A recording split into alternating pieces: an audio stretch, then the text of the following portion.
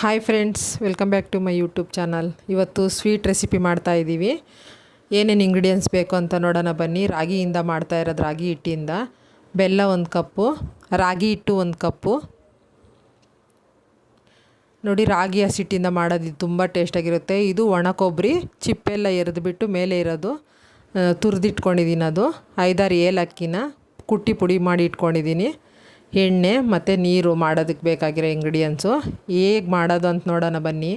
ಮೊದಲು ಬಾಣಲಿನ ಇಟ್ಕೊಂಡು 2 tea spoon ತುಪ್ಪನ ಸೇರಿಸ್ಕೊಳ್ಳಿ.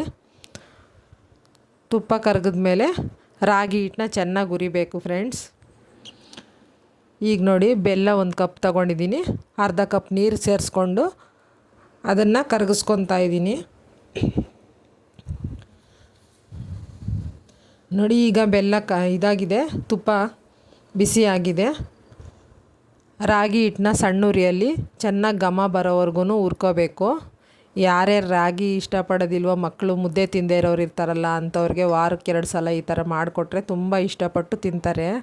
ತುಂಬ ಚೆನ್ನಾಗಿರುತ್ತೆ ಈ ರೆಸಿಪಿ, ಸ್ವೀಟ್ ರೆಸಿಪಿ. ಚೆನ್ನಾಗಿ ಹುರಿಬೇಕು ನೋಡಿ, ಘಮ ಬರೋವರೆಗೂ ಸಣ್ಣ ಉರಿಯಲ್ಲಿ ಹುರಿಬೇಕು. ಹುರಿದಿದ್ದಾದ್ಮೇಲೆ ಸ್ವಲ್ಪ ಈ ಥರ ಕಲರ್ ಚೇಂಜ್ ಆಗುತ್ತೆ. ಆಮೇಲೆ ಬೆಲ್ಲ ಕರಗಿರುತ್ತಲ್ಲ, ಈ ಥರ ಸೋಸ್ಕೊಂಡು ಬೆಲ್ಲದ ನೀರು ಹಾಕ್ಕೊಬಿಡಿ. ಇದರೊಳಕ್ಕೆ ಎಲ್ಲ ಹಾಕ್ಕೊಂಡು ಈ ಥರ ಚೆನ್ನಾಗಿ ಕಲಸಿ ಸಣ್ಣುರಿ ಇಟ್ಕೊಳ್ಳಿ. ಇದು ಚೆನ್ನಾಗಿ ಮುದ್ದೆ ಥರ ಚೆನ್ನಾಗಿ ಈ ಥರ ಕಲಿಸ್ಬೇಕು ನೋಡಿ. ಸ್ವಲ್ಪ ತೆಳುವಾದರೂ ಪರವಾಗಿಲ್ಲ, ಸರಿ ಹೋಗುತ್ತೆ ಬೇಯ್ತಾ ಬೇಯ್ತಾ. ಈಗ ಡ್ರೈ ಕೊಕೊನೆಟ್ ಹಾಕ್ತಾಯಿದ್ದೀನಿ ನಾನು. ಏಲಕ್ಕಿ ಪುಡಿನೂ ಹಾಕಬೇಕು ನೋಡಿ. ಲಾಸ್ಟಲ್ಲಿ ಸ್ವಲ್ಪ ತುಪ್ಪ ಹಾಕ್ತಾಯಿದ್ದೀನಿ. ಚೆನ್ನಾಗಿ ಬೆಂದಿದೆ. ಈಗ ಚೆನ್ನಾಗಿ ಬೇಯಿಸ್ಕೊಂಡು ಈ ಥರ ಆಗಬೇಕು ಲಾಸ್ಟಲ್ಲಿ.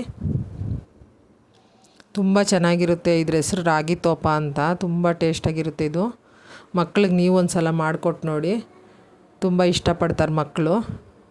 ಇನ್ನು ನೋಡಿ, ಇಲ್ಲಿ ಬಂದಿದೆಯಲ್ಲ, ಅದಕ್ಕಿಂತನೂ ಇನ್ನು ತೆಳುವಿದ್ರೂ ಪರವಾಗಿಲ್ಲ ನೋಡ್ಕೊಳ್ಳಿ. ಸ್ವಲ್ಪ ನೀರು ಬೇಕಂದರೆ ಹೆಚ್ಚಾಗಿ ಹಾಕ್ಕೊಳ್ಳಿ. ಚೆನ್ನಾಗಿ ಈ ಥರ ಕಲಿಸ್ಕೊಂಡು ಬೇಯಿಸ್ಕೋಬೇಕು. ಹಸಿ ಸ್ಮೆಲ್ ಹೋಗೋದವರೆಗೂ ಚೆನ್ನಾಗಿ ಬೇಯಿಸ್ಕೊಳ್ಳಿ. ನಿಮಗೆ ಜಾಸ್ತಿ ಇಷ್ಟ ಅಂದರೆ ತುಪ್ಪ ಇನ್ನೂ 2 ಸ್ಪೂನ್ ಸೇರಿಸ್ಕೊಬೋದು ಬೇಕಂದರೆ. ನಮ್ಮ ಚಾನಲ್ನ ಇನ್ನೂ ಯಾರು ಸಬ್ಸ್ಕ್ರೈಬ್ ಮಾಡ್ಕೊಂಡಿಲ್ಲ, ಪ್ಲೀಸ್ ಸಬ್ಸ್ಕ್ರೈಬ್ ಮಾಡ್ಕೊಂಡು ನೋಡಿ, ಸಪೋರ್ಟ್ ಮಾಡಿ. ನೋಡಿ, ಈಗ ಒಂದು ಪ್ಲೇಟ್ಗೆ ಹಾಕಿದ್ದೀನಿ ಆರಿದ್ಮೇಲೆ. ನೋಡಿ ನೋಡಿ, ಈ ಥರ ಇದೆ. ಸ್ವಲ್ಪ ಕಪ್ಪಿರೋದ್ರಿಂದ ರಾಗಿ ಈ ಥರ ಕಾಣಿಸ್ತಾ ಇದೆ ನೋಡಿ. ಒಂದು ಪ್ಲೇಟ್ಗೆ ಸರ್ವ್ ಮಾಡಿದ್ದೀನಿ. ಈಗ ಡ್ರೈ ಕೊಕೊನೆಟ್ ಹಾಕ್ತಾಯಿದ್ದೀನಿ. ಕಡಿಮೆ ಇಂಗ್ರೀಡಿಯೆಂಟ್ಸು ಮತ್ತು ಕಡಿಮೆ ಟೈಮಲ್ಲಿ ಈ ರುಚಿಯಾದ ಸ್ವೀಟ್ನ ಮಾಡ್ಬೋದು. ನೀವು ಕೂಡ ಟ್ರೈ ಮಾಡಿ, ಹೇಗೆ ಬಂತು ಅಂತ ಕಮೆಂಟ್ ಸೆಕ್ಷನಲ್ಲಿ ತಿಳಿಸಿ. ಲೈಕ್ ಮಾಡಿ, ಶೇರ್ ಮಾಡಿ, ಸಬ್ಸ್ಕ್ರೈಬ್ ಮಾಡಿ. ಬಾಯ್.